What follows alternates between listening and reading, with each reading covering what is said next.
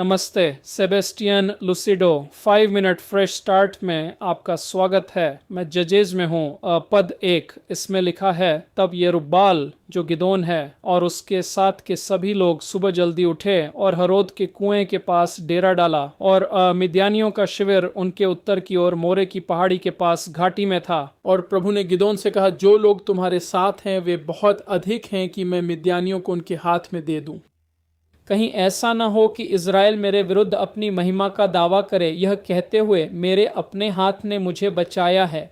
अब इसलिए लोगों के सुनने में यह घोषणा करो, जो कोई डरपोक और भयभीत है वह तुरंत गिलाद पर्वत से लौट जाए। और 22,000 लोग लौट गए, 10,000 को छोड़कर। तो इस कहानी को अपने मन में रखो, क्योंकि यह महत्वपूर्ण है।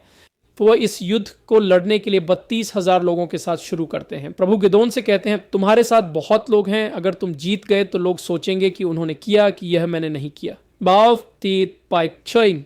इसलिए मैं चाहता हूं कि तुम उन्हें कम कर दो और जाकर घोषणा करो, जो कोई भी डरता है या यहाँ नहीं रहना चाहता उसे जाने दो। और बाइबल कहती है कि 32,000 में से 22,000 लोग चले गए। पद 4, लेकिन प्रभु ने गिदोन से कहा, लोग अभी भी बहुत अधिक हैं, वनस्पानी के पास ले जाओ, मैं वहां तुम्हारे लिए उनकी परीक्षा लूंगा। फिर ऐसा होगा कि जिसके बारे में मैं कहूं यह तुम्हारे साथ जाएगा, वही तुम्हारे साथ जाएगा, और जिसके बारे में मैं कहूं यह तुम्हारे साथ नहीं जाएगा, वही तुम्हारे साथ नहीं जाएगा। तो उसने लोगों को पानी के पास ले गया। और प्रभु ने गिदोन से कहा, जो कोई कुत्ते की तरह अपनी जीभ से पानी चाटता है उसे अलग कर दो।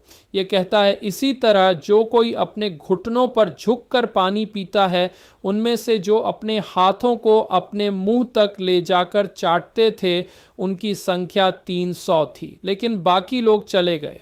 और इस तरह भगवान इस पूरी तरह से अच्छे 32,000 के समूह को घटाकर 300 कर देते हैं। और ये आप जानते हैं, और ये हमारे जीवन में सच है। मेरा मतलब है, हमने इस सप्ताह की शुरुआत में सामसन के बारे में बात की थी। जब आप सोचते हैं कि आप हैं और भगवान नहीं, तो आप मुसीबत में हैं, क्योंकि आप भगवान से महिमा ले रहे हैं। और इसलिए क्या मूसा ने इज़राइल के बच्चों को छुड़ाया? नहीं, भगवान ने मूसा के माध्यम से किया। क्या पौलुस ने मृतकों को जीवित किया? नहीं, भगवान ने पौलुस के माध्यम से किया। यह वही बात है, जो कुछ भी आप करते हैं और जो कुछ भी मैं करता हूं, वह भगवान की शक्ति, कृपा और उपहारों के कारण है। हम उसे सारी महिमा देते हैं, हम कोई महिमा नहीं लेते। और जब हम इसे देखते हैं तो यह समझना महत्वपूर्ण है कि हमें एक फिल्टर होना चाहिए। हमें समझना चाहिए कि सारी महिमा भगवान को जाती है, यह हमें नहीं जाती। यही समस्या है। मत्ती 7 में प्रभु कहते हैं, हर कोई जो मुझे प्रभु प्रभु कहता है स्वर्ग के राज्य में प्रवेश नहीं करेगा, बल्कि वही जो मेरे पिता की इच्छा पूरी करता है जो स्वर्ग में है। उस दिन कई लोग मुझसे कहेंगे, प्रभु क्या मैंने भविष्यवाणी नहीं की? क्या मैंने यह नहीं किया? क्या मैंने वह नहीं किया? वह कहेंगे, से मैंने तुम्हें कभी नहीं जाना, मेरे पास से चले जाओ। उनका पूरा सोचने का तरीका था कि उन्होंने यह किया, करिश्माई आंदोलन ने यह लाया, लोगों ने सोचा कि यह उनका उपहार था, वे थे, यह पवित्र आत्मा नहीं था। तो हम देखते हैं कि लोगों के मन और गर्व उस स्तर तक बढ़ जाते हैं जहां भगवान को उनका न्याय करना पड़ा। और यहां हम इसे फिर से देखते हैं। समझें, सारा महिमा भगवान को मिलता है। ये भगवान की शक्ति है, ये भगवान का उद्देश्य है, ये भगवान की योजना है।